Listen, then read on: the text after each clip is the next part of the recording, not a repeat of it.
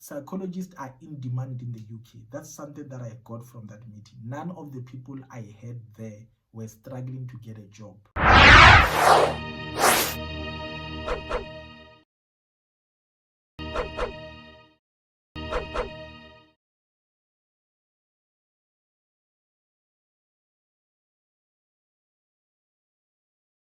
Good day, friends, and thank you for joining the channel and joining me this day. And I want to just share a bit about a meeting that I had a week ago. I got invited last week to a meeting by UK psychologists, and I want to share what I learned from that meeting about opportunities that exist for psychologists. Actually, I got a question on Facebook by an anonymous. Anonymous asked the question, hi all, I hold an honors degree in psychology from UNISA and I'm looking for a master's option for London. I have few questions for those who have experience in this matter. Do you need a doctorate in order to be registered psychologist? It seems as though, although it seems like it is the same as holding a master's in SA. So this is the question that we got, and I just want to answer those questions. So I told the anonymous that I will come back to her or him after the meeting. So just to answer that question, hi friends, just a quick break. I know you're enjoying this program, but I just want to answer some few questions about people who still want guidance on how to access the book. You know what I usually recommend, that make sure that you get an ebook. An ebook, you can get it on Amazon and follow their process. Just click on the link below this video and then follow their process and you'll be able to get the book. I like the ebook process with Amazon because it is instant. You buy the book, you get it immediately on your gadget. But if you are in South Africa and you want to get a hard copy posted directly to your home address without leaving your house, all you have to do, there's a link below this video from our printers who were kind enough to help us with distributing the book. All you have to do, click on the link, fill the form, and they will be able to communicate with you on how to get the book. Usually it takes about 72 hours to get the book to you, and many people have been getting their book, so don't be left behind. See the links below this video on how to get the books, whether on Amazon or for it to be posted to your home address. So don't waste any time. Many people are getting the book, so don't remain behind. Make sure you get your copy while there is still time. Don't wait for the last minute, because the book will actually share with you on how to also prepare for the application, what you have to do, tips that are necessary even before the selection process starts. So make sure that you get the book as quick as possible. Let's go back and enjoy the program. The issue about studying in London, if you've got an honors, look, from the meeting, just to give you a context, so the meeting was actually all the psychologists from South Africa who are working in the UK. So they were actually starting a network. So it was actually an inaugural meeting for the first time. They were meeting for the first time. It was a get to know each other and what they do, introducing the work that they do in the UK. So I was the only South African based psychologist there. So all of them were sharing what they do, the work, the field, where they're located. And obviously I'm not in the UK, so I was the only one there. And I was there because I was invited by a colleague of mine in the UK, so that I can just explore the opportunity and see what they do in the UK, because I also considered to go to the UK.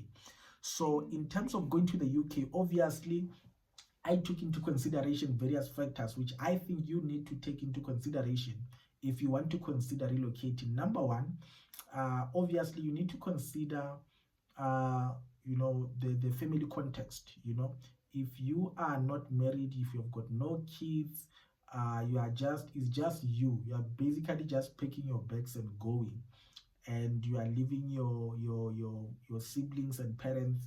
It's different if you are leaving your family, your kids and all that. So you need to consider that. So I had to consider that because it is a very big decision. But secondly, if you're already working as a psychologist in South Africa, I think you also need to consider the financial benefit. What I've seen, and I've done this with Canada, I've done this with the US, I've done this with Kuwait or Dubai, I've done it with the US in as a whole.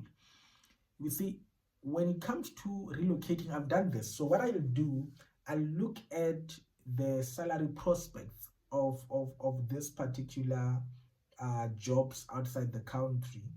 And what I found is that, you see, some of them, you find what they're offering you. Let's say they offer you $62,000, for example, which could be equivalent to about, let me just calculate before people, the only comment we hear, no, Dr. T, 62 is whatever. I think it should be, because I think I was calculating this last week after the meeting. 62,000 multiplied by 18, yeah, which is equivalent to about 1.2 million. Now you need to think about that. So you are leaving South Africa for a job of about 1.2 million. The question that you must ask yourself is that, am I not able to get a job that pays me that amount in South Africa? How difficult is it to get that? And I will say it is not, particularly as a psychologist, because I mean, I can give an example of institute where psychologist job, just a psychologist, a senior psychologist or a psychologist with about 5 years experience, that will be their starting salary. You know, they'll be above $1 million. So if you move there for $1 million, or whatever amount close to $1 million or just above $1 million, and you forget something, that when you get there, the living expenses are higher than South Africa. So what you can actually achieve by staying in South Africa and getting the same salary is not the same as in the UK. And also, whether the weather will be, I mean, favorable to you. I mean, most people who go to the UK, they complain about the weather, you know, that is not conducive for South Africans. So you need to think about that. Don't just see, oh, I'm gonna get $1 million and go there. You find where you are going to stay in $1 million. You know, maybe it's equivalent to you staying at Kangala, Kangala in South Africa, or I don't know, whatever places that they look dingy. Maybe you are in Hebrew, you know. So don't only take the money, also where are you going to stay? What will be the living expense of that particular area? So those are the things that you need to consider. So I did consider all this. So personally, I think after taking into, and also the job opportunities, how many job opportunities do you have where you are compared to where you are, you know?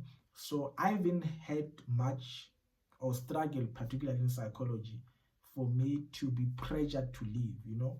And some of the people who leave, you find those factors are in place. They're struggling to get a job, or you know, they're relocating. I mean, the origins are actually related to the UK, or the husband has got a job or the wife has got a job and they decided to relocate. Or also it's just for an experience, you know. Sometimes you stay in one place, go there and experience life. So in terms of the question of relocating, why should you relocate, you know, consider that. But in terms of the question that Anonymous asked, whether do you need a doctorate, look, you don't. And from the meeting that I had, I think there were 2 or 3 people who were doctors, you know, in that meeting, who are in the UK. Some of them, they were either applying to do doctorate, others they were busy with their doctorate, but majority of the South African psychologists who were part of that meeting, they did not have their doctorate. What does that mean? So what I heard, because I inquired about it, masters, remember, you are a psychologist in South Africa, but in the UK, to become a psychologist, actually it comes with a doctorate, and it seems like the doctorate is linked to the internship, because one of the person I was speaking to, he's actually supervising some of the students who are on the internship, who are doing their doctorate. So it's linked, but our master's is equivalent to a doctorate. But the other thing that I've learned as well is that, I mean, I could hear from them when they were sharing in their workplace and what's happening. It seems our masters is actually very regarded in the UK.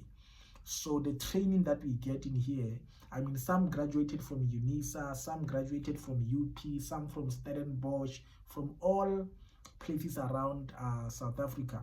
But from what I hear, which is common, is that the masters that we get in here, whether educational, clinical, counseling, it seems to be very good, because when they get there, I think people even, you know, get shocked at the level of understanding and knowledge they have from South Africa. So don't ever disregard our training system. It seems, from what I gathered from them, is very good. So I will encourage you that perhaps what is best for you, if you're already here, get your master's this side, and if you do want a doctorate, you can get it. The other question that I asked was, you know, so how is it? Is somebody without a doctorate not highly regarded in the UK compared to somebody with a doctorate? And the answer that I got is that it actually doesn't make a difference, because you hardly see it, you know. So it appears that whether you have it or you don't, you know, it doesn't make it insignificant. So people don't make reference to it that much. So as long as you are a psychologist, you are regarded in the UK, whether you have a doctorate or not from South Africa. But if you go that side, you must know that you are going to need a doctorate. I will encourage you that watch a video that I did with Dema Vulani from Eswatini. She did her doctorate in the US, which you can also get information on how she went about it. But I would recommend, if you could, do everything this side and try to finish before you go. And the other question that the anonymous asked, do they recognize the UNISA degree? Yes, definitely. UNISA degree, remember, you are accredited by the CHE, by EDHE. So it is recognized. So UNISA is still a university after all, you know. So you might have some issues, but UNISA is still a university. It's a credible university. UNISA is actually highly regarded internationally, because you have got the largest number of students in South Africa. You are a distance education, so you reach across the globe. So UNISA is a very, very, very big university. So don't be misled by some of the issues that you see that it goes through. It's still a highly regarded institute in South Africa within its own right, you know, and in Africa in large. Does anyone have a university recommendation? Like I said, I mean, I can't recommend you invest in the UK. You can interact and check, but I will think there's a Facebook about South African psychologists in the UK. Check that Facebook. I think it might have some recommendations there. And the other question, do you have any other insight or tips? Yeah. Because of that meeting, I think what I've learned from the meeting was that, you know, psychologists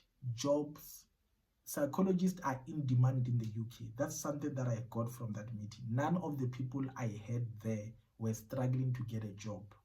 So, I mean, whether the job is in government or whether the job is private practice, actually even those in private practice that are doing very well.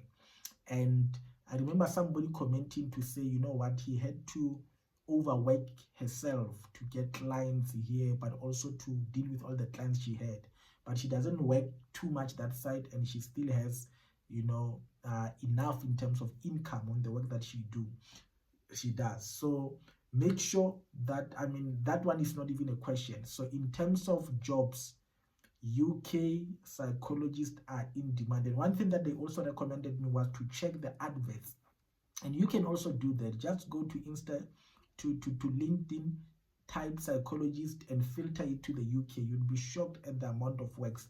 And if you're a psychologist, I will encourage you to apply to the jobs and explore them. If you want to go, and go. I mean, you can go there for a year, experience it. If you don't like it, come back. But I think it's an experience that you might want to have in life. You know, I'm still considering it. I don't know if I will go or not, but I think you really need to think about it. I don't know what will be the reason for me to want to go, beside just to experience it, you know. But I don't know. I don't know. I doubt I will, but I think it's something that you need to consider. In terms of registration, obviously, if you are going to work in the UK, you'll need to register with the UK Psychological Services. I think they call them HCPC, which is the Health and Care Professions Council. Don't confuse it. I think I see people on Facebook also referring to the BPS. BPS is the British Psychological Society. It's like your Society of Educational Psychologists, Psychological Society of Psychologists. You know, these are just society, but the organization, the council there is the HCPC, which is the Health and Care Professions Council. That's the one that you need to register with. So what you do, I will recommend that go to LinkedIn, apply for a job, because if you do get a job, they will help you in that process for you to also get accredited by HCPC. They will assess your documents and accredit you if you meet the requirements, but also they will help with the whole process. Or also what you can do, you can get or companies that assist with this process, with recruitment to the UK. Watch a video. There's a video that I've done of a colleague of mine in the UK as well, whom I interviewed, with a former student at UP. I mean, she shares about how she actually got to go to the UK. So watch that video. It will help you. Watch also the one about Demavulani. Both these videos can help you because they speak about studying outside the country. Watch these two videos. They will help you. And I want to end there.